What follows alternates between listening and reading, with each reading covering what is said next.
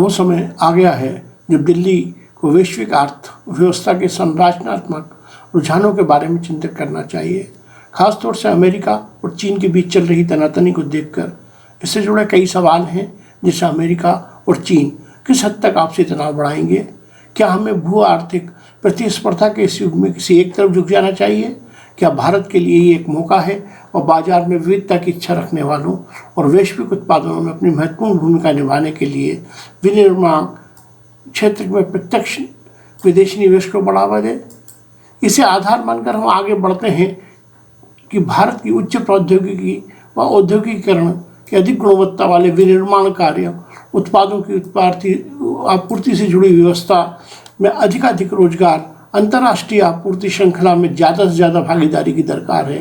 तो वैश्वीकरण में खलल डालने वाले इन रुझानों को समझदारी से लाभ उठाने की भी ज़रूरत है।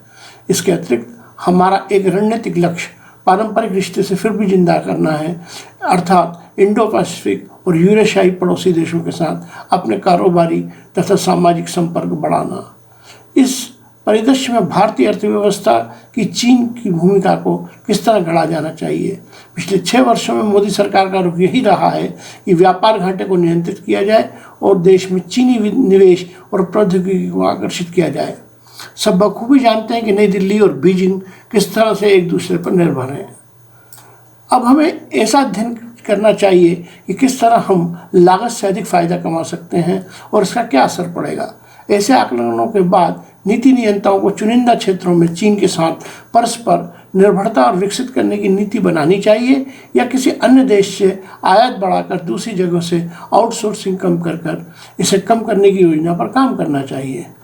हमें सबसे पहले चीन की 2025 योजना की तरह प्रभावी औद्योगिकरण की रूपरेखा तैयारी करनी चाहिए और फिर पता करना चाहिए कि जिस तरह से चीन की सुधार प्रक्रिया में अमेरिका उत्प्रेरक बना था, उस तरह वो हमारे कैसे काम आ सकता है।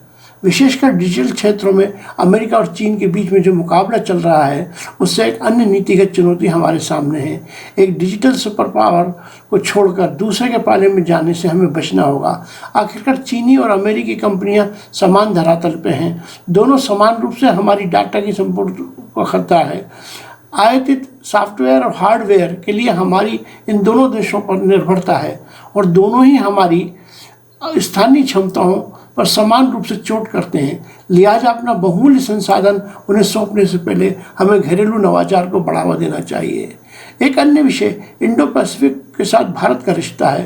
क्षेत्रीय व्यापक आर्थिक भागीदारी RCEP पर हुआ फैसला बताता है कि भारत के व्यापार के दरवाजे बंद करने को लेकर जल्दबाजी में नहीं है, क्योंकि हमारी घरेलू अर्थव्यवस्था भी कमज़ोर है और कई तरह की संरचनात्मक समस्याएं हैं। स्थानीय स्तर पर भारत बेशक चीज़ों को व्यवस्थित करना शुरू कर दे, पर अमेरिका और चीन के बिगड़ते रिश्ते के आधार पर हमारी क्षेत्रीय भू आर्थिकी नहीं तैयार होनी चाहिए।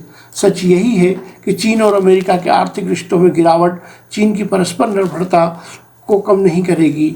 इसकी झलक हाल के आंकड़ों में दिखती है। पिछले साल आसियान के साथ द्विपक्षीय कारोबार करने वाला दूसरा बड़ा सहयोगी बन गया है। ये स्थान पहले अमेरिका का था।